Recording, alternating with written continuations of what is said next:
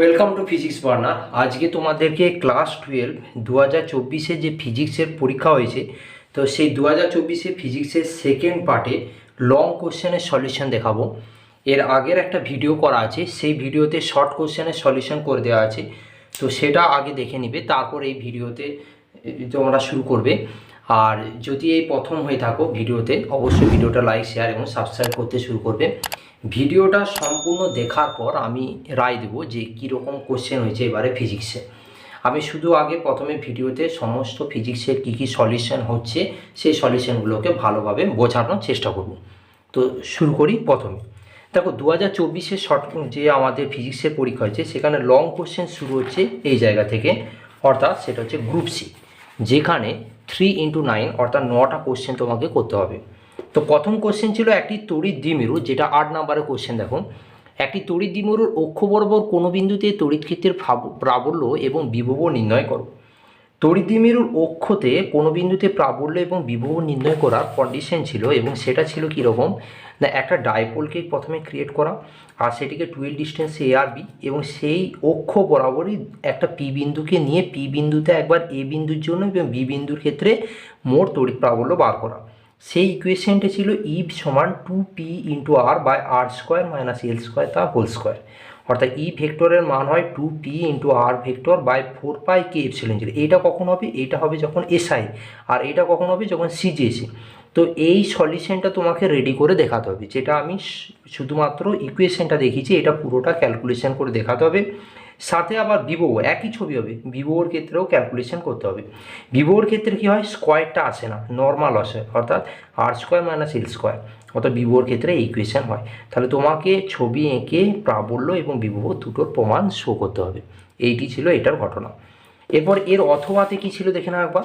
অথবাতে ছিল যে দেখাও যে পি ভেক্টর দ্বিমেরু ভ্রাম্য বিশিষ্ট একটি তড়িৎ দ্বিমেরুকে ই প্রাবল্যের সমবল সম্পন্ন তড়িৎ ক্ষেত্রে স্থাপন করলে তড়িৎ দ্বিমেরুর উপর ক্রিয়াশীল টর্ক হলো টাউ সমান পি ক্রস সি। আর এটি থেকে তড়িৎ দ্বিমেরু ভ্রামকের সংজ্ঞা দাও, মানে আমাদের যে তড়িৎ দ্বিমেরু চ্যাপ্টারটা রয়েছে, অর্থাৎ সেকেন্ড যে চ্যাপ্টারটা, সেখান থেকে টর্কের রাশিমালা, এক কথায়। তাই টর্কের রাশিমালার ক্ষেত্রে কি হয় না, এরকম একটা ছবি হয় যেখানে তড়িৎ ক্ষেত্রটা উপর দিকে কাজ করে, এ আর বি বিন্দুতে 12 ডিস্টেন্সে তাদের উপর আমি ডাইপোল বার করব, তারপর টর্ক বার করা হবে। এইখান থেকে এই উপাংশটা অর্থাৎ এসি উপাংশটা 12 সাইন থিটা হয়। সেইখান থেকে ইকুয়েশনের থিওরিটা একটু লিখে টাউ সমান কিউ ইন্টু এসি অর্থাৎ 12 Q into P sine theta অর্থাৎ পি সাইন থিটা টাউ সমান পি ক্রস সি, এইটি প্রমাণ করতে হবে। এইটি ভালো করে থিওরি লিখে প্রমাণ করতে হবে। আমি তোমাদেরকে ক্যালকুলেশনটা শুধু দেখে নিলাম যে এইরকম ক্যালকুলেশনটি আসবে এবং চিত্র হবে। যদি তোমরা অ্যাটেম্প করেছো অবশ্যই এটা ভালো নাম্বার পাবে। তড়িৎ দ্বিমেরুর ভ্রামকের সংজ্ঞা বলেছিল, তড়িৎ দ্বিমেরুর যে ভ্রামকের সংজ্ঞা ছিল সেই সংজ্ঞাটা লেখা হয়েছে এখানে। একটা ছবি দেওয়া হয়েছে, প্রথমে ছবিটা দেওয়ার পর কী করেছে, তড়িৎ দ্বিমেরু যে কোনো একটি আধানের পরিমাণ এবং তাদের মধ্যবর্তী দূরত্বের যে গুণফল, তাকে তড়িৎ দ্বিমেরু ভ্রামক বলা হয়। অর্থাৎ যে কোনো একটা আধান, সেটা যে কিউ এবং মধ্যবর্তী দূরত্ব 12, অর্থাৎ পি সমান 12 কিউ। তাহলে এইটি হচ্ছে আমাদের 8-এর অথবা অ্যান্সার। আশা করি বুঝতে পেরেছো কতটা কী লিখতে হচ্ছে। এবার 9-এর কোশ্চেন দেখো, 9-এর কোশ্চেনে চলে এসো। 9-এর কোশ্চেন ছিল ধারকত্ব যে চ্যাপ্টার আছে সেখানের কোশ্চেন। একটি ধারকের ধারকত্ব কোন কোন বিষয়ের উপর নির্ভর করে, ঠিক আছে। তাহলে কোন কোন বিষয়, 1 নম্বরের কোশ্চেন ছিল, তাহলে ধারকের ধারকত্ব নিম্নলিখিত বিষয় নির্ভর করে: পরিবাহী তলের ক্ষেত্রফল ও আকৃতি, পারিপার্শ্বিক মাধ্যমের প্রকৃতি এবং অন্যান্য পরিবাহের উপস্থিতি। ব্যাস, এই 3টে জিনিস যদি লিখে দাও তাতেই হবে, এদেরকে এক্সপ্লেনেশন করার কিছু দরকার নাই, কারণ 1 নম্বরের কোশ্চেন ছিল। এরপর বিতে কি কোশ্চেনটা ছিল, বিতে কোশ্চেন ছিল এটা থিওরি নয়, এটাকে একটা ম্যাথ হিসাবে ধরতে পারো, যে 3টি বিভিন্ন মানের ধারক শ্রেণী সমবায়ে যুক্ত আছে, এদের তুল্য ধারকত্ব কত হবে। তা 3টি বিভিন্ন মানের হওয়ার জন্য আমরা 3টে ধারকে ধরে নিলাম, একটা সি, একটা 2C আর একটা 3C। তাহলে এদেরকে যদি শ্রেণী সমবায় রাখি, তাহলে তাদের ক্ষেত্রে সূত্র কি, 1/c ইকুইভ্যালেন্ট 1/c 1/2c আর 1/3c, 3টে যোগ, সেখান থেকে সি ইকুইভ্যালেন্টের মান হয়ে গেল 6c/11। তাহলে তাহলে এইটি হলো তার অ্যান্সার। হ্যাঁ, এটিকে আমরা ফেরাড মাইক্রোফেরাড হিসাবে ধরতে পারি, কিছু একক দিচ্ছি না, জাস্ট ইউনিট হিসাবে রেখে দিচ্ছি। তো এইটি ছিল এর কোশ্চেন। এর অথবাদে অবশ্যই আমার উচিত যে 9-এর এ আর বিকে অ্যাটেম্প করা। আচ্ছা, অথবাতে কী কোশ্চেনটা ছিল সেটা দেখো, এটা একটা ম্যাথ ছিল অথবার কোশ্চেনটা। একটি 300 মাইক্রোফেরাড এর সমান্তরাল পাত ধারকে 200 ভোল্ট বিভবে আহিত করা হলো। ঠিক আছে, উৎস থেকে বিচ্ছিন্ন করার পর পাত দুটির মধ্যে দূরত্ব অর্ধেক করা হলে পাত দুটির মধ্যবর্তী বিভব প্রভেদ কী হবে আর সঞ্চিত শক্তির কী পরিবর্তন হবে। তাহলে এর সলিউশনটা আমি কি করেছি দেখো, একটু ভালো করে দেখবে। দেখো একটা ধারক ছিল, সেই ধারকের ক্ষেত্রে বিভবটা ভিটা দেওয়া আছে, সেটা হচ্ছে 200 ভোল্ট, আর ধারকত্ব কত দেওয়া ছিল 300 মাইক্রোফ্যারাড। তাহলে সিটা দেওয়া আছে কত 300 মাইক্রোফ্যারাড। তাহলে সেটাকে ফেরাডে কনভার্ট করলাম 10⁻⁻6 গুণ করে, আর ভিটা হচ্ছে 200 ভোল্ট। দেখো কতগুলি ইকুয়েশন আমাকে জানতে হবে, যেটা আমরা সমান্তরাল পাত ধারকের ধারকত্বের জায়গাতে পড়েছি। কি পড়েছি, C is equals to ε0 alpha by D হয়, আর সি ইজ প্রপোর্শনাল, তাহলে কী হচ্ছে ডি, অর্থাৎ ইনভার্সলি প্রপোর্শনাল ডি কথার মানে হচ্ছে ধারকত্বটা তার দূরত্বের সাথে ব্যস্তানুপাতিকভাবে কাজ করে। আর একটা কি পড়েছি, ভি সমান sigma by K ε0 into D, অর্থাৎ ভি প্রপোর্শনাল ডি, অর্থাৎ ডি যত বাড়বে তত বিভবটা বাড়বে, আর বিভব যত বাড়বে তত ধারকত্ব কমবে, এগুলো আমরা জানি। এরপর আমি প্রথমে ইকুয়েশনে কি করলাম, যে দেখো আমরা জানি সি সমান হয় ε0 আলফা বাই ডি, এটা জানি, আলফাটা হচ্ছে পাতের ক্ষেত্রফল। এখন C1 যদি ধরি, তাহলে ε0 আলফা বাই মধ্যবর্তী দূরত্বর অর্ধেক বলেছে, তাহলে d/2, তাহলে 2টো উপরে উঠে গেল, তাহলে 2ε0 আলফা বাই ডি। তাহলে ε0 আলফা বাই ডি এই পুরো পার্টটাকে কি ধরা যায়, সি ধরা যায়। তাহলে C1টা অর্থাৎ এখন যে ধারকত্বের মানটা, সেটা পূর্বের ধারকত্বের ক গুণ হয়ে গেল, 2 গুণ। তাহলে এখন যে ধারকত্বের মানটা হবে সেটা হবে 2 × 300 × 10⁻⁻6, অর্থাৎ এখন যে ধারকত্ব তার মানটা হলো 6 × 10⁻⁴ ফেরাড, আর পূর্বে কত ছিল 300 × 10⁻6 ফেরাড। এখন এটা হলো কেন না, মধ্যবর্তী দূরত্বটাকে অর্ধেক করে দেওয়া হয়েছে, ব্যাস। তাহলে এখন কত আধান কাজ করছে সেটা দেখে নিই। দেখো এখন কত আধান কাজ করছে আর পূর্বে কত আধান কাজ করছে, সেটা একটা ইম্পর্টেন্ট জিনিস। তাহলে আধানটা দেখো Q1 সমান C1 V1 আর সমান হচ্ছে C × V। তাহলে এখান থেকে সি আর ভি প্রথম ক্ষেত্রে যে আধানের মানটা সেটা কত হচ্ছে দেখিনি, সিটা ছিল কি 300 × 10⁻6 দেখতে পাচ্ছ, আর তার সাথে বিভবটা কত 200। তাহলে এখান থেকে কত হয়ে গেল না 6 × 10⁴ × 10⁻6, অর্থাৎ 6 × 10⁻2 কুলম। হ্যাঁ, তাহলে এইটা হয়ে গেল ঘটনা। তাহলে বিভবটা কত হবে না, বিভবটা হচ্ছে V1 সমান Q1/C1। তাহলে V1/Q1/C1 হলে Q1-এর মানটা হচ্ছে এইটা, আর C1-এর মান হচ্ছে এইটা। তাহলে এখান থেকে V1-এর মানটা কত হলো 100 ভোল্ট। তাহলে এইটা হচ্ছে এখন বিভব, এখন। তাহলে Q সমান CV সূত্র থেকে এখন বিভবটা হিসাব, আর আগের বিভব তো অলরেডি কোশ্চেনে দেওয়া আছে 200, ব্যাস। আগেকার ধারকত্ব অলরেডি দেওয়া আছে, এখন ধারকত্ব বেরোলে কত 6 × 10⁻⁴। এখন কি দুটোর ক্ষেত্রে আধানের পরিমাণটা সেম হওয়ার জন্য C1 V1টাই হচ্ছে CBর সাথে সমান, আর সেটার মানটার ক্ষেত্রে তখন আমরা কি করলাম না 300 × 10⁻6 সাথে 200 গুণ করলাম, আর সেখান থেকে Q1-এর মানটা বার করলাম। এখন স্মৃতিশক্তি কত, স্মৃতিশক্তির মানটাকে যদি E1 দিয়ে ডিনোট করি, তাহলে আমরা কি লিখতে পারি, ½ × C1 × V1 স্কোয়ার, না ½ × CV স্কোয়ার হয়। তাহলে এখনগুলো সব 1 ধরে করেছি, তাহলে ½ × C1-এর মান বসালাম, তার সাথে কি করলাম V1-এর মানে তার হোল স্কোয়ার করলাম। ক্যালকুলেশন করলে এখন যে স্মৃতিশক্তির মানটা সেটা হচ্ছে 3 জুল। আর পূর্বে স্মৃতিশক্তি কী হবে, ½ × C × V স্কোয়ার। সি এর মান কত দেওয়া ছিল না 300 মাইক্রোফ্যারাড, অর্থাৎ 300 × 10⁻6, আর তার সাথে ভি হচ্ছে 200, তাহলে 200 স্কোয়ার। তাহলে ½ × 300 × 10⁻6 × 200 × 200, অর্থাৎ ফাইনালি 6 জুল। তাহলে মোট স্মৃতিশক্তি কত হবে, দেখো পূর্বে ছিল 6 জুল, এখন হলো 3 জুল, তাহলে ডিফারেন্স করে দাও, তাহলে স্মৃতিশক্তির পরিবর্তন হলো 6 - 3, অর্থাৎ 3 জুল। এইটি হচ্ছে কোশ্চেনের উত্তর। তাহলে খুব ইজি নয়, কমপ্লিকেটেড কোশ্চেন এটা। হ্যাঁ, তো এটা হচ্ছে তার আমার মনে হয় অবশ্যই তোমাদের থিওরিটা অ্যাটেম্প করাই বেস্ট। যাই হোক, যে যা করেছো দেখে নাও সলিউশনটা কী করলাম। এরপরে 10-এর কোশ্চেন ছিল কি না অ্যাম্পিয়ারের চক্রীয় সূত্র, ক্লোজ সার্কিটের ল বলা হয়, এবং এই সূত্রের সাহায্যে সলিনয়েড। এটা একটা জেনুইন কোশ্চেন, এবছরের জন্য খুবই ইম্পর্টেন্ট ছিল, কারণ গত বছর টরয়েড পড়েছিল। তাহলে অ্যাম্পিয়ারের চক্রীয় সূত্রটি ভালো করে বিবৃত করতে হবে, যেটা টেক্সট বুকে আছে, ওই জন্য আমি আর লিখি নাই। আর তারপরে ইকুয়েশনটা একবার দেখাতে হবে যে close circle integration B vector dot D vector সমান μ0 × I, যেখানে μ0 কি আর I কি। আর সলিনয়েডে পুরো রাশিমালাটা ভালো করে টেক্সট বুকে যেটা আছে সেইভাবে থিওরি লিখে করতে হতো, আর সেখানে বি এর মান μ0 × Ni এই পুরোটা প্রুভ করা, যেখানে স্মল n কি হয় ক্যাপিটাল N/L হয়, ঠিক আছে, একক দৈর্ঘ্যে পাক সংখ্যা ধরা হতো। তো এইটা প্রতিষ্ঠা ছিল। এরপরে 11 কোশ্চেন দেখো, 11 কোশ্চেন আছে ঘনমাধ্যমের প্রতিসরাঙ্কের সঙ্গে আপাত গভীরতা প্রকৃত গভীরতার সম্পর্ক। তার ঘনমাধ্যমের প্রতিসরাঙ্কের যখন মান বার করা হয় সেটা সমান হয় প্রকৃত গভীরতা বাই আপাত গভীরতা। তাহলে এইটি 1 নম্বরের কোশ্চেন। তাহলে সম্পর্ক বলেছে, জাস্ট এইটি হচ্ছে সম্পর্ক। আর তারপরে কোশ্চেন কী ছিল বিতে? বিতে ছিল মিউ1 এবং মিউ2 প্রতিসরাঙ্ক বিশিষ্ট দুটি অমিশ্রণীয় তরল একটি পাত্রে রাখা হলো। তরল দুটি গভীরতা d1 আর d2। পাত্রের তলদেশে একটি বিন্দু আছে। দেখাও যে উপর থেকে লম্ব হয়ে তাকালে ওই বিন্দুর আপাত গভীরতা d1/μ1 প্লাস d2/μ2 হবে। তাহলে এইটি ছিল তার এইটি তোমার উদাহরণের একটা কোশ্চেন এবং খুবই ইম্পর্টেন্ট ছিল। আমিও আমার স্টুডেন্টকে বলেছিলাম ইম্পর্টেন্টের মধ্যে। তো এইটা হচ্ছে ইম্পর্টেন্ট কোশ্চেন। এই কোশ্চেনটার উত্তর তোমরা ছায়া প্রকাশনে যদি বই দেখো তো সেখানে উদাহরণ 5-এ দেখো এটা পেয়ে যাবে। এই কোশ্চেনটা খুব ভালো কোশ্চেন ছিল, তো ইম্পর্টেন্ট ছিল। এটি ছিল ঘটনা 11 বিয়ের কোশ্চেন। এরপর 11 অথবাতে কী কোশ্চেন ছিল? রামন ক্রিয়া কি?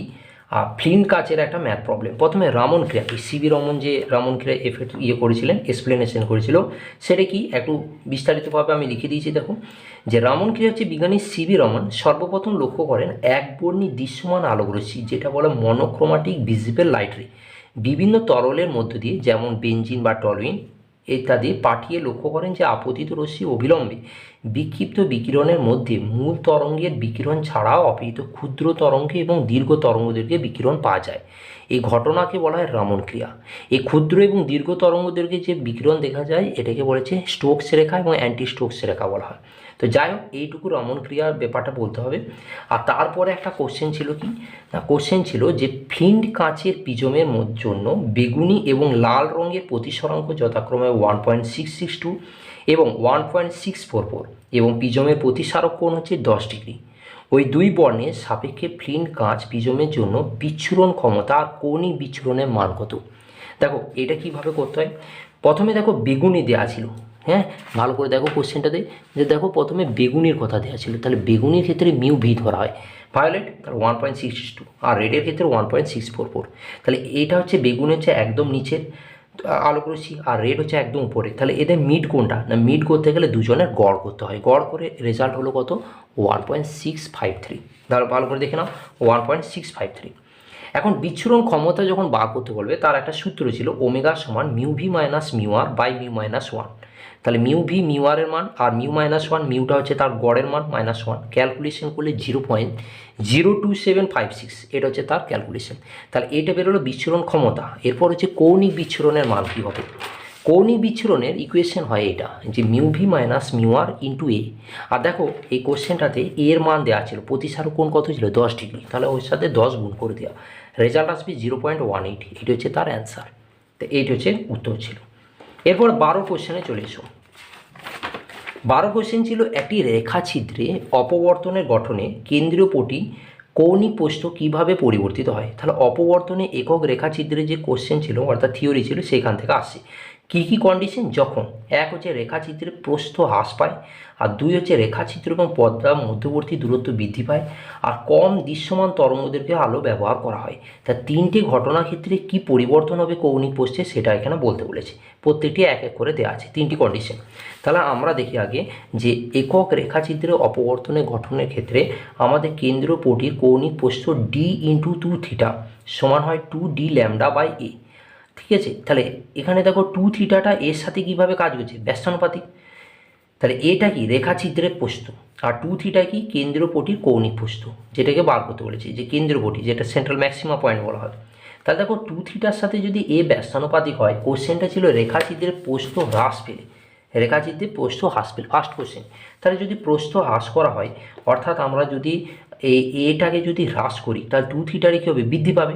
তাহলে প্রথমে বলছি যেহেতু 2θ ইজ প্রপোর্শনাল 1/a, সুতরাং বা অর্থাৎ ব্যস্তানুপাতিক সম্পর্ক অর্থাৎ রেখাচিত্রের প্রস্থ হ্রাস পেলে কেন্দ্রীয় পটির কৌণিক প্রস্থ কী হবে? বৃদ্ধি পাবে। ঠিক আছে, এটা হচ্ছে ঘটনা। আশা করি তোমরা ছবিটা জানো। এইখানে একটা স্লিটের ঘটনা হয়, এই স্লিট থেকে একটা আলোকরশ্মি এইভাবে নির্গত হয়, নিয়ে একটা জায়গাতে পড়ে, নির্দিষ্ট জায়গা, এটা সেন্ট্রাল ম্যাক্সিমা পয়েন্ট বলা হয়। আর মধ্যবর্তী দূরত্বকে কী ধরা হয়? Capital D. যাই হোক, 2θর সাথে ডিটা কীভাবে কাজ করছে? ব্যস্তানুপাতিক। তাহলে রেখাচিত্র এবং পর্দার মধ্যবর্তী দূরত্ব যেটা হচ্ছে ডি, এটা যদি বৃদ্ধি পায়, কারণ পরের কোশ্চেনটা ছিল এদের মধ্যবর্তী দূরত্ব যদি বৃদ্ধি পায়, তাহলে মধ্যবর্তী দূরত্ব যদি বৃদ্ধি পায় তাহলে কেন্দ্রীয় পটির কৌণিক প্রস্থ কী হবে? হ্রাস পাবে, ব্যস্তানুপাতিক সম্পর্ক। আর 3 ছিল কি না, সিতে কোশ্চেন ছিল যে কম দৃশ্যমান তরঙ্গদৈর্ঘ্য আলো ব্যবহার। কম দৃশ্যমান তরঙ্গ মানে কি? ল্যামডার মানটা মিনিমাম যদি হয়, তাহলে কম তরঙ্গদৈর্ঘ্যের আলো ব্যবহার করলে দেখো এই ইকুয়েশন থেকে যে 2θর সাথে ল্যামডাটা কীভাবে কাজ করছে? সমানুপাতিক।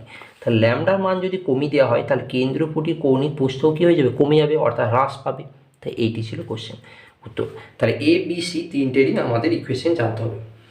এরপর অথবা কোশ্চেন ছিল দূরবীক্ষণ যন্ত্রের বিশ্লেষণ ক্ষমতা বা রিজলভিং পাওয়ার কাকে বলে। আর বিতে ছিল যন্ত্রটি বিশ্লেষণ ক্ষমতা অভিলক্ষের ব্যাস এবং ব্যবহৃত আলো তরঙ্গদৈর্ঘ্যের উপর কীভাবে নির্ভর করে। দেখো দুটোর উত্তর কী দিয়েছি। দূরবীক্ষণ যন্ত্রের বিশ্লেষণ ক্ষমতা কাকে বলে? কোনো আলোকীয় যন্ত্রের বিশ্লেষণী ক্ষমতা বলতে কাছাকাছি অবস্থিত দুটি বস্তুর পৃথক প্রতিবিম্ব গঠনের সামর্থ্যকে বলা হয়। অর্থাৎ দুটো কাছাকাছি বস্তুকে আলাদা আলাদাভাবে প্রতিবিম্ব গঠন করাটা হচ্ছে তার বিশ্লেষণী ক্ষমতার কাজ। আর বিতে কোশ্চেন ছিল কি, যে অভিলক্ষের ব্যাস এবং ব্যবহৃত আলো তরঙ্গদৈর্ঘ্যের সম্পর্ক। দেখো রিজলভিং পাওয়ার আরটা এই ব্যবহৃত আলো তরঙ্গদৈর্ঘ্য এবং তার সাথে অভিলক্ষের ব্যাসের উপর কীভাবে কাজ করে। অভিলক্ষের ব্যাসের সাথে দেখো সমানুপাতিক, আর তরঙ্গদৈর্ঘ্যের সাথে কীভাবে কাজ করে, ব্যস্তানুপাতিক। তাহলে অভিলক্ষের ব্যাস যখন বৃদ্ধি পাবে তত কী হবে, রিজলভিং পাওয়ার বৃদ্ধি পাবে। আর তরঙ্গদৈর্ঘ্য যত বৃদ্ধি পাবে তত রিজলভিং পাওয়ারটা কী হবে, কমতে শুরু করবে। অর্থাৎ রেডের ক্ষেত্রে তরঙ্গদৈর্ঘ্য বেশি, তার রিজলভিং পাওয়ারটা কী হয়ে যাবে, কমে যাবে। ব্যাস এটা হচ্ছে ঘটনা, এটি তোমাকে লিখতে হবে।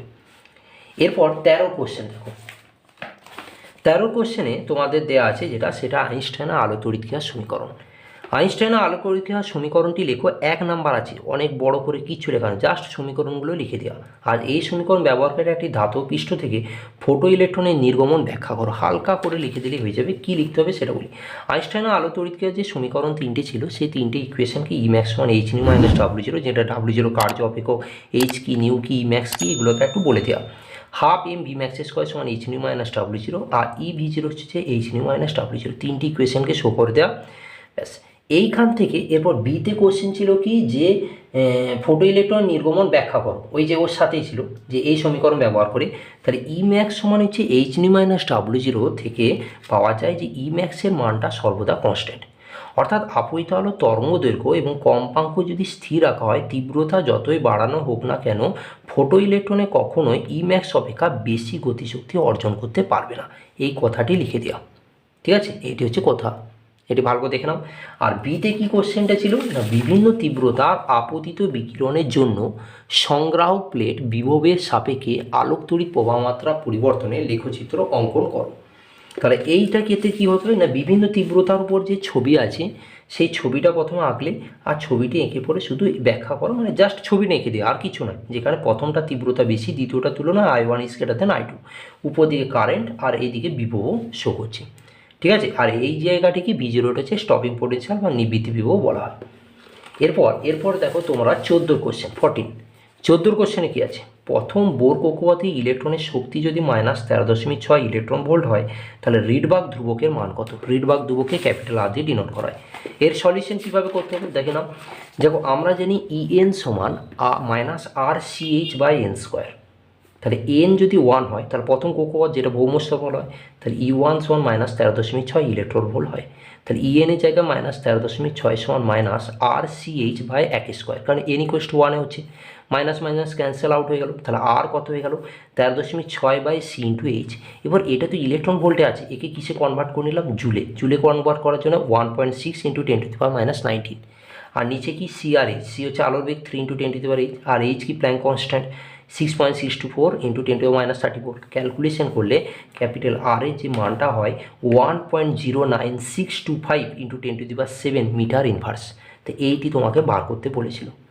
এবার বিতে কি কোশ্চেন আছে দেখো বিতে কোশ্চেন আছে যে হাইড্রোজেন পরমাণুর জন্য শক্তি স্তরের চিত্র অঙ্কন করো, সংক্রমণের ক্ষেত্রে অতি বেগুনি রশ্মি এবং দৃশ্যমান রশ্মির অঞ্চল দুটি চিহ্নিত করো।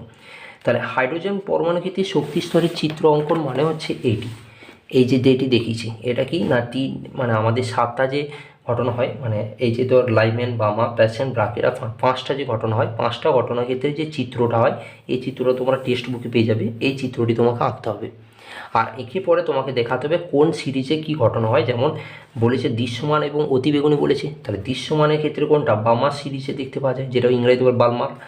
আর লাইম্যান সিরিজে অতিবেগুনি অঞ্চল দেখতে পাওয়া যায়। তাহলে এই 5টাতে অতিবেগুনি শো করে দেওয়া, বিশাল কিছু করার দরকার নেই, এইটুকু বললে এনাফ। এরপর অথবাতে কি কোশ্চেন ছিল, অথবার প্রথম কোশ্চেন হচ্ছে যে বিভিন্ন নিউক্লিয়াসের ভর সংখ্যার সাথে নিউক্লিয়নের প্রতি বন্ধন শক্তির পরিবর্তনের লেখচিত্র অঙ্কন করো আর এর দুটি বৈশিষ্ট্য লেখো। তো কী লিখতে হবে দেখো, প্রথমে ছবি আঁকলে এরকম একটা ছবি আছে, এই ছবিটিকে এঁকে পর উপরে নিউক্লিয়ন প্রতি বন্ধন শক্তি যেটা মেগা ইলেকট্রন ভোল্ট এবং ভর সংখ্যা এর রেসপেক্টে এক্স এবং ওয়াই এসেছে একটা গ্রাফ, সেই গ্রাফের এরকম লেখচিত্র অঙ্কন করার পর কতগুলো জায়গাতে মৌলগুলোর নামকে উল্লেখ করে দেওয়া। আর একটা নির্দিষ্ট জায়গা সেটা হচ্ছে নিকেল 62, এই জায়গায় মানটা সর্বোচ্চ হয়, সেগুলোকে বৈশিষ্ট্যতে বলা। বৈশিষ্ট্যটা কি লিখেছি দেখুন, বৈশিষ্ট্য হচ্ছে নিউক্লিয়নের প্রতি বন্ধন শক্তির মান হালকা এবং ভারী বস্তুর ক্ষেত্রে সর্বদা কম হয়, এবং হালকা হলে সেটা হচ্ছে এ ইজ লেস দেন 30, এ হচ্ছে ভর সংখ্যা, সেটা 30-এর কম, আর ভারী মানে এ ইজ গ্রেটার দেন 170।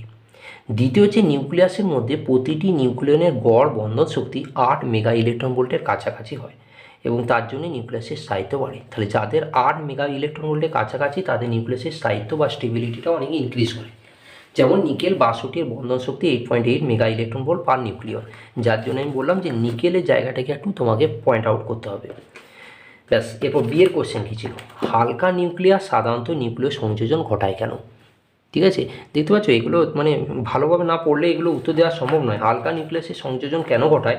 হালকা নিউক্লিয়াস সাধারণত নিউক্লিয় সংযোজন ঘটায় কারণ হালকা নিউক্লিয়াসের নিউক্লিয়ন প্রতি বন্ধন শক্তির মানটা কম হয়, আর যার ফলে নতুন নিউক্লিয়াস গঠনের পর নিউক্লিয়ন প্রতি বন্ধন শক্তির মান কী হয়, বৃদ্ধি পায়। কারণ দুটো হালকা মৌল একসাথে যুক্ত করলে একটা ভারী মৌলের নিউক্লিয়াস তৈরি হয়, আর ভারী মৌলের নিউক্লিয়াস তৈরি হলেই নিউক্লিয়নের বন্ধন শক্তির সঙ্গে সঙ্গে কী হয়ে যায়, বৃদ্ধি পায়, আর সাথে সাথে তার ভর সংখ্যা এবং তুলনামূলকভাবে বৃদ্ধি পেতে থাকে। কিন্তু যদি একটা ভারী মৌলের নিউক্লিয়াস হয় তাহলে কী হবে, সঙ্গে সঙ্গে দুটো ভেঙে গেল, যখনই ভেঙে গেল তার বন্ধন শক্তির মানটা কী হয়ে যাবে, কমে যাবে, আর যার কারণে সংযোজন ঘটানোর জন্য হালকা মৌলের নিউক্লিয়াসকে চয়েস করা হয়ে থাকে। যেমন দুটো হাইড্রোজেন পরমাণুকে ইউজ করে পরে আমাদের নিউক্লিয় সংযোজন তৈরি করা হয়, সেখানে দেখা যায় অনেক বেশি শক্তি পাওয়া যায় আমাদের নিউক্লিয় বিভাজনের তুলনায়। ব্যাস, এটা হচ্ছে ঘটনা। তাহলে এইটুকু থিওরি লিখে দিলে না। এরপর 15 কোশ্চেন কী ছিল, একটি অবিশুদ্ধ অর্ধপরিবাহীর জন্য শক্তি পটিতে দাতা ও গ্রহিতা, দাতা এবং গ্রহিতা স্তরে অবস্থান চিহ্নিত করো। আর বিতে ছিল পিএন সংযোগ ডায়োডে বিভব প্রাচীরে নির্মাণে ব্যাপন এবং বিচলন তড়িৎ প্রভাবের অবদান উল্লেখ করো। মানে এখানে তড়িৎ প্রবাহ বা কারেন্ট কীভাবে কাজ করে। তাহলে 15 কোশ্চেন দেখো, প্রথমে পরিবহন পটি আর যোজ্যতা পটির রেসপেক্টে দাতা স্তরের অবস্থানের জন্য তার ফার্মি স্তরটা কী অবস্থায়, পরিবহন পটির কাছাকাছি হয়। অর্থাৎ সে যদি যোজ্যতা পটি থেকে ইলেকট্রন ফার্মি স্তর পর্যন্ত পৌঁছে যেতে পারে, সে অটোমেটিক হয় পরিবহন পটিতে অনায়াসে যেতে পারে। তার ফার্মি স্তরটা হচ্ছে এমন একটা স্তর যেখানে গেলে সে নিজেকে স্টেবল হিসেবে মনে করবে, অর্থাৎ সে আরামসে পরিবহন পটিতে যেতে পারবে। আর পরিবহন পটি আর যোজ্যতা পটি যখন গ্রহিতা স্তরে আসে, সে যখন যোজ্যতা পটি থেকে ফার্মি স্তর পর্যন্ত যেতে পারবে, তারপরে কিন্তু তাকে যেতে গেলে বাইরে থেকে ইলেকট্রনকে নিতে হবে, অর্থাৎ গ্রহণ করতে হবে। তো এই দুটো ছবিকে তোমার এঁকে দেওয়া, আর কিছু নয়। আর বিতে যখন বলেছে যে আমাদের ডায়োডে বিভব প্রাচীর নির্মাণে ব্যাপন আর বিচলনটা দেখাতে হবে, তো বিভব প্রাচীর কখন তৈরি হয় সেটা আগে তোমাকে উল্লেখ করতে হবে। যেমন এখানে পি আর এন সংযোগের সাথে সম্মুখ ব্যাস বানানো হয়েছে। সম্মুখ ব্যাস মানে কি, পজিটিভের সাথে ব্যাটারি পজিটিভের সাথে পি আর ব্যাটারি নেগেটিভের সাথে এন। আর বিভব প্রাচীর কখন তৈরি হয়, যখন রিভার্স বায়াস করা হয়, যখন নেগেটিভের সাথে পি এবং পজিটিভের সাথে এনকে কানেক্ট করা হয়। এখন বিভব প্রাচীর কাজ হয় যখন রিভার্স হয়। এবং তোমাকে একটু থিওরিটা লিখতে হবে যে কি হলো, ছবিটা আঁকলে যে ব্যাটারির নেগেটিভের সাথে পিকে এবং এনের সাথে পজিটিভকে লাগানো হলো, সেখানে সংখ্যা গুরু যারা হয় তারা কি হয় না, তারা স্থান পরিবর্তন করে না, অর্থাৎ তারা ট্রান্সফার হয় না, সংখ্যা লঘুরা ট্রান্সফার হয় এবং মাঝখানে সেখানে বিভব প্রাচীর তৈরি হয়। এখানে সংখ্যা লঘুর ঘনত্বটা বৃদ্ধি পায় এবং সংখ্যা লঘুর কারেন্ট প্রবাহ খুবই কম হয়। এই যে কথাগুলো, এগুলোকে হালকা করে একটু বিশ্লেষণ করে দিলে এটা হয়ে যাবে। ব্যাস, এরপরে দেখো 15 বিতে হলো 15 বিয়ের অথবা, এবং 15 অথবার কোশ্চেন হচ্ছে ফার্স্ট যে এলইডি কি, লাইট ইমিটিং ডায়োড, যেটা কি বটে, আর এর তড়িৎ বর্তনী অঙ্কন করে এবং বায়াসিং ক্রিয়া ব্যাখ্যা করে।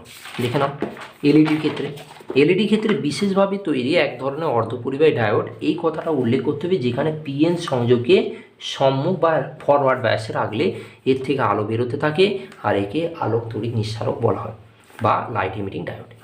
এরপর এর কার্যনীতি, একটা ফরওয়ার্ড বায়াসে তুমি ছবি এঁকে দিলে তাহলে বর্তনী চিত্র অঙ্কন করা হলো।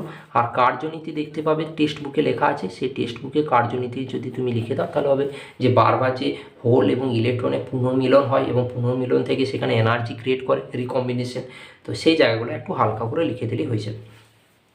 এবার 16 এতে দেখো, 16 এতে প্রথমে এনপিএন ট্রানজিস্টরের সাধারণ নিঃসার যেটা কমন এমিটার, বিন্যাসে বিবর্ধন ক্রিয়া এবং চিহ্নিত বর্তনী সহ লেখো। তাহলে এনপিএন ট্রানজিস্টরের ক্ষেত্রে যে সি মোড ট্রানজিস্টর বলা হয়, সেখানে এইটি হচ্ছে বর্তনী চিত্র। বর্তনী চিত্র এঁকে পরে ইনপুট সিগন্যাল, এখানে একটা ক্যাপাসিটার, এখানে হচ্ছে আমাদের এনপিএন ট্রানজিস্টর, যেটা এখানে এন, মাঝেরটা পি, আর এদিকে এন কাজ করে। আর এখানে লোড রেজিস্ট্যান্স, তার সাথে একটা ক্যাপাসিটার, এখানে ভিসিসি অর্থাৎ আউটপুট ভোল্টেজ, আর এখানে ভিবিবি ইনপুট ভোল্টেজ, এবং এর রেসপেক্টে ইনপুট সিগন্যাল যাচ্ছে, আর এখানে আউটপুট সিগন্যাল যাচ্ছে। ইনপুট সিগন্যালের যেমন মানে কন্ডিশনটা হয়, আউটপুট তার বিপরীত হয়, ওই জন্য একে অপরের সাথে 180 ডিগ্রি দোসাতে থাকে। সেটাও কোশ্চেন দিয়েছিল। তো থিওরিটা প্রথমে একটু হালকা করে লিখে তোমাকে এখানে টেক্সট বুকে তোমরা দেখতে পাবে। এখানে প্রবাহ বিবর্ধক অর্থাৎ বিবর্ধন ক্রিয়াতে আইসি মানটা ভিসিসি বাই আরএল যে হয়, এতটা পর্যন্ত সলিউশনটা তোমাকে দেখাতে হবে। আর তারপরের কোশ্চেন দেখো লেখা আছে যে এই বিবর্ধন ক্রিয়ায় আউটপুট ভোল্টেজ সংকেত এবং ইনপুট ভোল্টেজ সংকেত পরস্পর বিপরীত দশায় থাকে কেন, যেটা আমি এই মাত্র বললাম, সেটাকে একটু থিওরিতে লিখতে হবে। যে আইকে স্থির রেখে, ই মানে কি এমিটারের কারেন্টকে স্থির রেখে বেস কারেন্টকে বৃদ্ধি করলে আইসি সমান কী হয়, আই মাইনাস আইবি। এই সম্পর্ক থেকে দেখা যায় আইসির মান হ্রাস পায়, কারণ যখনই বেস কারেন্ট বৃদ্ধি পেয়ে যাবে সঙ্গে সঙ্গে কী হবে, আইসির মানটা হ্রাস পাবে। আর এই জন্য সি বর্তনীতে ইনপুট সংকেতের সাপেক্ষে আউটপুট সংকেত সবসময় কী দশাতে থাকে, 180 ডিগ্রি দশাতে। কথাটা লিখে দিলে তোমরা নাম্বার পাবে। অবশ্যই উচিত এর অথবা যেটা ছিল সেটাকে অ্যাটেম্প করা, সেখানে নাম্বার পাওয়াটা খুব সুবিধা। যেমন অর গেটে লজিক চিহ্ন অঙ্কন করো, সত্য সারণী লিখো, আর ডায়োড ব্যবহার করে এই গেটটি তৈরি করা হয় তার চিত্র দাও। খুব সহজ কোশ্চেন। অর গেটের একটা ছবি আঁকলে অর গেটের লজিক চিহ্ন কী হয়, অর গেটের ক্ষেত্রে এ প্লাস বি হয়, যোগ হয়। অ্যান্ড গেটের ক্ষেত্রে এ ইন্টু বি হয়। সত্য সারণী, ইনপুট এবং আউটপুট 0 0, যখন দুজন অফ স্টেট তখন অফ স্টেট, যে কোনো একজন অন স্টেট তখন অন স্টেট, যে কোনো একজন অন স্টেট দুজনে অন স্টেট তখন অন স্টেট, অর্থাৎ প্লেন পেপার। আচ্ছা, এখানে ডায়োডের ছবি দিয়ে একটা অর গেটকে আঁকা হয়েছে, 3টে ডায়োডকে ইউজ করে পরে, ব্যাস এটা হচ্ছে অথবা। এরপর চলে আসি গ্রুপ ডির কোশ্চেন। গ্রুপ ডিতে দেখো কী কোশ্চেন আছে। ফার্স্ট গ্রুপ ডিতে দেখো, এরপর গ্রুপ ডির কোশ্চেনগুলো দেখো। গ্রুপ ডি প্রথমে 17 দাগার কোশ্চেনে কী ছিল, 17 দাগার কোশ্চেনে প্রথমে ছিল যে তড়িৎ প্রবাহ ঘনত্ব এবং স্লথন কাল বলতে কি বোঝো। স্লথন কাল কথাটা রিল্যাক্সেশন টাইম বলা হয়। তো এটা কি বটে, আগে থিওরিটা বলি। তড়িৎ প্রবাহ ঘনত্বকে ইলেকট্রিক কারেন্ট ডেন্সিটি বলা হয়। প্রতি একক প্রস্থচ্ছেদের মধ্য দিয়ে তড়িতের প্রবাহকে বলা হয় তড়িৎ প্রবাহ ঘনত্ব। একক ক্ষেত্রফলে যে পরিমাণ কারেন্ট এর মধ্যে দিয়ে পাস করে, যেটাকে জে দিয়ে রিপ্রেজেন্ট করা হয়। আয়ের মানটা ওই যখন আমরা বিচলন বেগের ইকুয়েশনে পড়বো, সেটা হচ্ছে এন ই এ ভিডি বলা হয়। ভিডিটা হচ্ছে বিচলন বেগ বাই এ কেটে গেলে এন ই ভিডি, এটা হলো কি ইলেকট্রিক কারেন্ট ডেন্সিটি। স্লথন কালটা কি, স্লথন কালকে রিল্যাক্সেশন টাইম বলা হয়, ঠিক আছে। তো স্লথন কাল জিনিসটা হচ্ছে একটি পরিবাহীর মধ্যে পরপর দুটি ইলেকট্রনের সংঘর্ষের মধ্যবর্তী সময়, অর্থাৎ দুটো ইলেকট্রন একে অপরকে যখন কোলাইশন করে তার মাঝখানে যে টাইম পিরিয়ডটা, সেই টাইম পিরিয়ডটাকে বলা হয় স্লথন কাল বা রিল্যাক্সেশন টাইম, যেটাকে টাউ দিয়ে রিপ্রেজেন্ট করা হয়। মনে রাখবে, এটাকে টাউ দিয়ে রিপ্রেজেন্ট করা হয়ে থাকে। এবার বিয়ের কোশ্চেন কী ছিল, পরিবাহীর আধানের সংখ্যা ঘনত্ব ও স্লথন কালের সাপেক্ষে একটি পরিবাহীর রোধাঙ্কের রাশিমালা নির্ণয় করো। তো দেখো, বিচলন বেগ ভিডি সমান হয় small E capital E by M into tau. এবার বলবে এরা কি বটে, ভিডি হচ্ছে বিচলন বেগ, স্মল ইটা কি ইলেকট্রনের আধান, ক্যাপিটাল ইটা কি তড়িৎ ক্ষেত্র ইলেকট্রিক ফিল্ড, এমটা কি ইলেকট্রনের ভর, আর টাউটা কি স্লথন কাল। আবার আমরা জানি তড়িৎ ক্ষেত্র ই সমান বিভব বাই দৈর্ঘ্য বলা হয়, তাহলে ই সমান ভি বাই এল। তাহলে ভিডি সমান কি লেখা যায়, ই বাই এম আছে, আর ক্যাপিটাল এর জায়গায় যদি V by L into tau ধরি, তাহলে এইটার রিলেশন। এখান থেকে এই ভিটা বার করতে গেলে লেখা যায় VD into M L by E into tau. তাহলে এইটা কি বেরোলো, এটা হলো বিভবটা এলো। তাহলে প্রথমে হলো এটা ভি এর মানটা বেরিয়ে গেল। এখন তারপরে কি করতে হবে সেটা দেখো কি করেছি আমরা। ওহমের সূত্র থেকে কি জানি, ভি সমান আই আর। তাহলে আর সমান কত, ভি বাই আই। তাহলে ভি এর মানটা এই মাত্র যেটা বার করেছি, এই যে মানটা, এই মানটাকে এখানে পুট করে দেওয়া আছে। তাহলে যদি পুট করে দেওয়া হয়, তাহলে V D M L by C into tau, তার সাথে আই হয়ে গেল।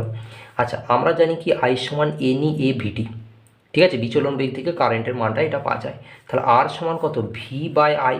তাহলে ভি এর মান তো বসালাম, আই এর মানটা বসানোর সময় এখানে এন ই এ ভিডি মানটা পুট করলাম। এখান থেকে ভিডি ভিডি কেটে গেল, তাহলে কি এলো, M L by E into tau, এটা ই বটে, হ্যাঁ, E into tau N E A into A, তাহলে এন ই ইন্টু এ। আচ্ছা, আমরা আর সমান কি জানি, রো ইন্টু এল বাই এ। তাহলে এই দিকের একটা ইকুয়েশন, এই দিকের একটা ইকুয়েশন। দুটো ইকুয়েশনকে তুলনা করব। তা দুটো ইকুয়েশনকে যদি তুলনা করি, দেখো rho into L by A সমান হচ্ছে M into L by C into tau into N E into M. দেখো এ কেটে গেল, এল কেটে গেল, তা রো এর মানটা কত হলো M by C into tau into N ই। তাহলে এইটি হয়ে গেল আমাদের রোধাঙ্কের রাশিমালা। তা এটি হচ্ছে ইকুয়েশন। এরপরে দেখো সি এর কোশ্চেন কী ছিল। সি এর কোশ্চেন হচ্ছে E1 এবং E2 তড়িৎচালক বলের ও যথাক্রমে R1 R2 অভ্যন্তরীণ রোধে দুটি তড়িৎ কোষকে এমনভাবে সমান্তরালে যুক্ত করা হলো যাতে একই দিকে প্রবাহ ঘটছে, সমবায় তুল্যাঙ্ক তড়িৎচালক বল এবং অভ্যন্তরীণ রোধ নির্ণয় করো। এই কোশ্চেনটা কী হলো, তড়িৎচালক বল দুটো নিয়ে আছে E1 আর E2, R1 আর R2 অভ্যন্তরীণ রোধ আছে। তাহলে প্রথমটা অর্থাৎ উপরটার ক্ষেত্রে যদি আমি বার করি বিভবটা, তাহলে দুজন ক্ষেত্রে বিভবটা এক, তাহলে ভি সমান কত E1 minus I1 into R1। এটা আমরা তড়িৎচালক বল এবং বিভব সম্পর্ক থেকে জানি। এখন এইখান থেকে যদি আমরা I1টা বার করি E1 minus V by R1, আর নিচেরটার ক্ষেত্রে যদি ধরি ভি সমান হচ্ছে E2 minus I2 into R2, তাহলে I2 কত E2 minus V by R2। তাহলে এখানে I2 মানটা বেরিয়ে গেল। তাহলে মূল কারেন্টটা কী হবে না, মূল কারেন্ট হচ্ছে দুটো কারেন্টের যোগফল। তাহলে প্রথম কারেন্টের মানটা I1 আর দ্বিতীয় কারেন্টের মানটা I2, দুটোকে যোগ করে দেওয়া হয়েছে। দুটোকে যোগ করে পরে R1 R2 এলসিএম হচ্ছে মানে লসাগু হচ্ছে, সেইখান থেকে R1 R2 এর সাথে গুণ হয়ে গেল E1 into R2 plus E1 into R1 minus R1 plus R2 into V, এরকম একটা ক্যালকুলেশন আসে। এখান থেকে ভি এর মান বার করতে গেলে দেখা যায় যে E1 R2 plus U2 R1 by R1 plus R2 minus I into R1 R2 by R1 plus R2 হয়। এই একটি ইকুয়েশান আছে যেটাকে 1 নম্বর ইকুয়েশানে ধরা হয়। আর আমরা জানি কি E সমান V plus I into R, I into R কি সেই নষ্ট বল বলা হয়। তাহলে ভিটা কত E মাইনাস আই আর। এরপর এই যে 1 আর এইদিকে 2, দুজনকে তুলনা করলে দেখো বাঁ দিকের ভিটা সমান, তা ডান দিকের এই ইকুয়েশনটার সাথে কে তুলনা করব, আই আছে, আর এই ছোটো হাতের আর এর সাথে এই ইকুয়েশনটিকে তুলনা করে নেব। আর সেই জন্যে 1 আর 2কে তুলনা করলে ইকুইভ্যালেন্টের মান হয় E1 R2 plus E2 R1 by R1 plus R2, আর আর ইকুইভ্যালেন্টের মান হয় R1 R2 by R1 plus R2। এটি হচ্ছে ইকুয়েশন, এটি তোমাদেরকে বার করতে দিয়েছিল। এরপর অথবা দেখি কোশ্চেন ছিল পোটেনশিওমিটারের নীতিটি লেখো। আর দ্বিতীয়তে ছিল পোটেনশিওমিটারকে ব্যবহার করে কিভাবে দুটি প্রাথমিক কোষের তড়িৎচালক বলে তুলনা করা হয় তা প্রয়োজনীয় বর্তনী সহ ব্যাখ্যা করো। তাহলে এক এক করে বলি আগে পোটেনশিওমিটারের নীতি দেখি। পোটেনশিওমিটারের কাজ কী, থিওরি কী। পোটেনশিওমিটারের মূলনীতি যে তারের যে কোনো অংশ জুড়ে বিভব পতন কতটা ভোল্টেজ ড্রপ হচ্ছে তা তারের দৈর্ঘ্যের সাথে সরাসরি সমানুপাতিক হয় যদি তারটি একটি অভিন্ন প্রস্থচ্ছেদের মধ্য দিয়ে একই পরিমাণ তড়িৎ প্রবাহিত হয়। অর্থাৎ একটা অভিন্ন প্রস্থচ্ছেদ, অর্থাৎ সব জায়গায় প্রস্থচ্ছেদ একই থাকতে হবে এবং কারেন্টটাও যেন একই থাকে, তাহলে সেখানে বিভব পতনটা বুঝতে পারা যায়। সেটা জকির সাহায্যে নাল পয়েন্টকে চেক করতে হয়। এরপর সেটাকে বলেছে যে দুটো তড়িৎচালক বলকে ব্যবহার করে, এই যে কোশ্চেনটি ছিল দুটো প্রাথমিক তড়িৎ কোষে বা প্রাথমিক কোষের তড়িৎচালক বলের সাথে কীভাবে পোটেনশিওমিটারকে ব্যবহার করবে চিত্র আঁকো। তা পোটেনশিওমিটারকে দেখো এখানে আঁকা হয়েছে, এখানে একটা রিওস্ট্যাট এবং রিওস্ট্যাটের সাথে এখানে দুটো পোটেনশিওমিটারকে ইউজ করা হয়েছে এবং একটা পোটেনশিওমিটারের তড়িৎচালক বল E1 আর একটা হচ্ছে E2। এরপর তড়িৎচালক বলের সাথে চাবি নিয়ে পরে ব্যাটারিকে কানেক্ট করা হয়েছে এবং E1কে এ এবং তার সাথে E2 হচ্ছে এখানে বি, আর E1 এ আর বি এর মাঝখানে একটা পয়েন্টকে নেওয়া হয়েছে, সেই পয়েন্টটার নাম হচ্ছে সি পয়েন্ট, আর সি পয়েন্টের সাথে গ্যালমিটারকে কানেক্টেড করে দেওয়া হয়েছে। এটা হচ্ছে জকি, যেখান থেকে নাল পয়েন্টটা পাওয়া যাবে।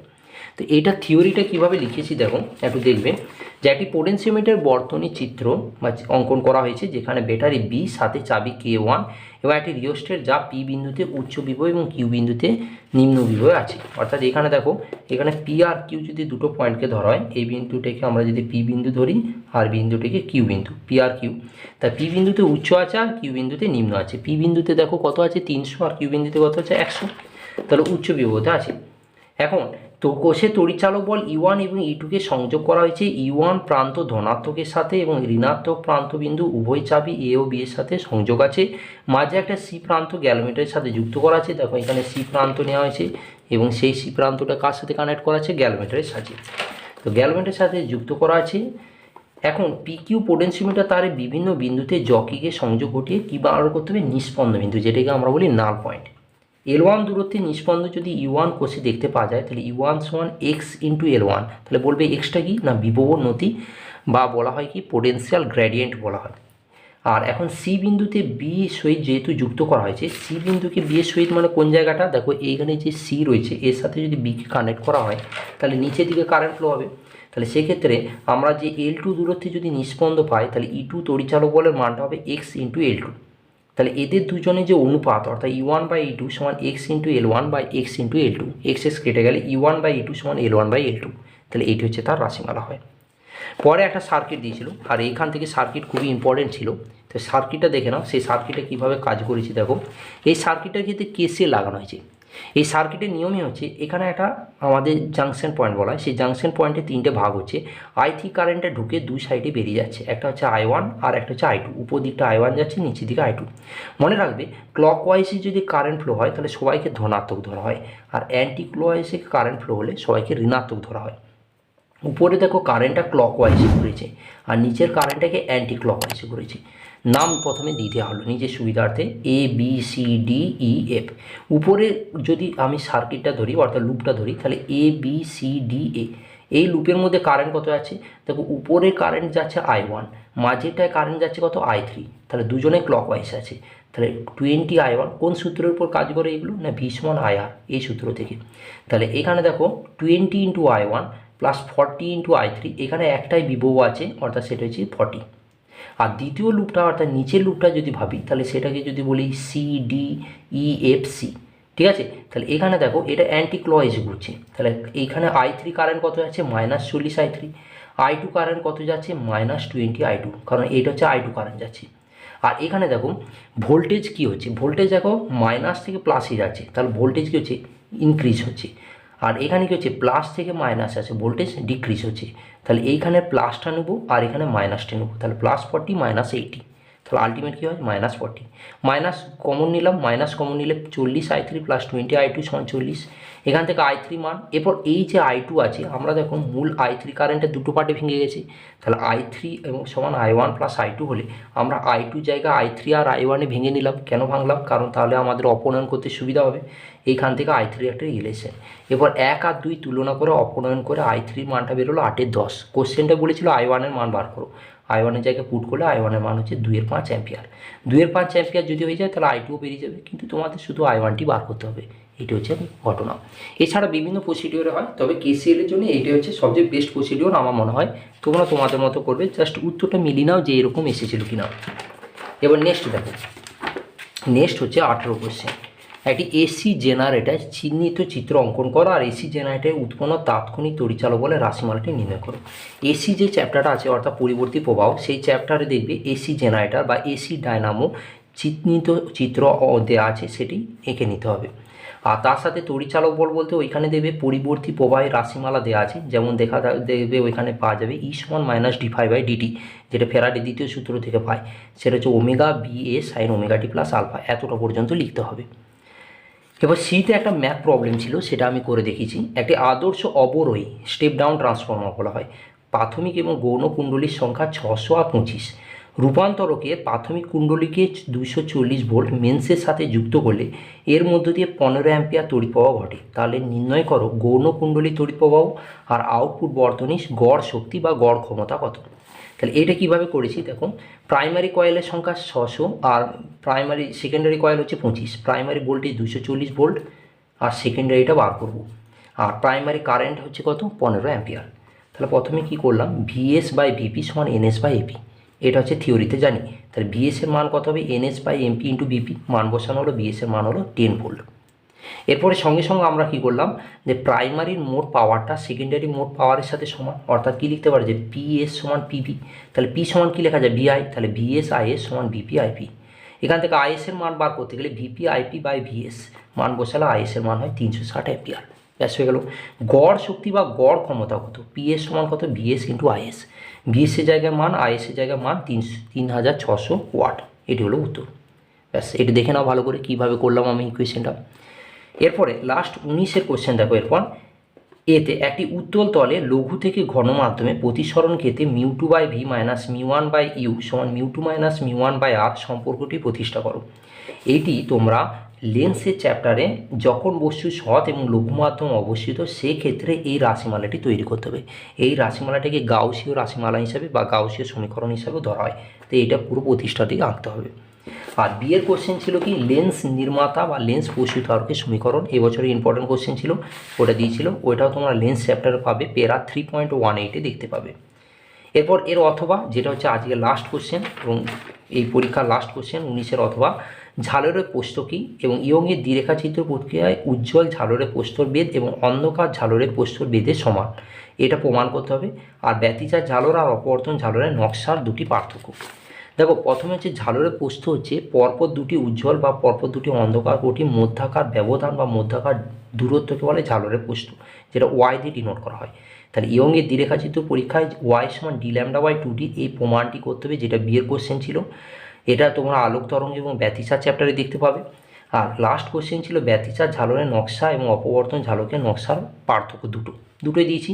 দুটি সুসঙ্গত উৎস থেকে নিশ্চিত আলোক তরঙ্গের উপরিপাত ফলে ব্যতিচার সৃষ্টি হয়, আর একই তরঙ্গমুখের বিভিন্ন বিন্দু থেকে আগত গৌণ তরঙ্গের সময়ের উপরিপাতের ফলে অপবর্তন সৃষ্টি হয়। ব্যতিচার ঝালরের প্রস্থগুলি সাধারণত সমান হয় আর এ কখনো সমান হয় না। ব্যাস, এটা হচ্ছে ঘটনা। তো এই ছিল আজকের আমাদের সলিউশন, যে সলিউশনে আমরা লং কোশ্চেনটা সলিউশন করলাম। আগের ভিডিওতে তোমাদেরকে শর্টটাকে সলিউশন করেছি, ভিডিওতে যদি প্রথমবার এসে থাকো তো অবশ্যই প্রথমে শর্টটা দেখে তারপর লংটা দেখে নাও। কতটা তোমাদের অ্যাটেন্ড হয়েছে সেটা তোমার অবশ্যই কমেন্টে জানাও, পরীক্ষা কেমন হয়েছে। এরপর আমি বলতে চাই যে ফিজিক্সের যে 2024-এর ক্লাস 12-এর যে কোশ্চেনটা ছিল, আমার মনে হয় যে কোশ্চেনটা কিন্তু খুব আনসার্টেন কোশ্চেন হয়েছে। কোশ্চেন মানে একদম খুব ভালো তো বলতে পারি না, মানে কোশ্চেন মডারেটের থেকেও খারাপ বলতে পারি, অর্থাৎ হার্ড কোশ্চেন। কারণ যেগুলো আনসার্টেন কোশ্চেন, যেগুলো সচরাচর এত বছর ধরে কোশ্চেন করে গেছে, সেরকম কোশ্চেন করে না। কোশ্চেনটা অনেকটা থিওরি, তার সাথে কনসেপ্ট, ইভেন এই কোশ্চেনটা থেকে যা বোঝা যাচ্ছে যে টেক্সট বুকের থেকেও আরও এক্সট্রা অনেক কিছু পড়তে হবে, আদারওয়াইজ এই কোশ্চেনগুলোর উত্তর দেওয়া খুবই চাপ। ঠিক আছে, তো আমার মনে হয় যে মডারেট থেকে হার্ড হিসাবে ধরা যেতে পারে, কোশ্চেন খুব সহজ নয়। তবে আমি বলতে পারি যে খাতা কিন্তু খুব আমাদের হালকা করে দেখবে, অর্থাৎ ভয় পাওয়ার কোনো কারণ নেই। বাকি পরীক্ষাগুলো কেমন হয়েছে সেটা বলবে, আর কেমন লাগলো ভিডিওটা অবশ্যই জানাবে। ভিডিওতে প্রথমবার এলে অবশ্যই ভিডিও লাইক শেয়ার সাবস্ক্রাইব করে বন্ধুদেরকে পাঠাবে, কে কেমন উত্তর দিয়েছে সেটা অবশ্যই জানাবে। তো আজকে ভিডিও এতটা পর্যন্ত, বাই, থ্যাংক ইউ।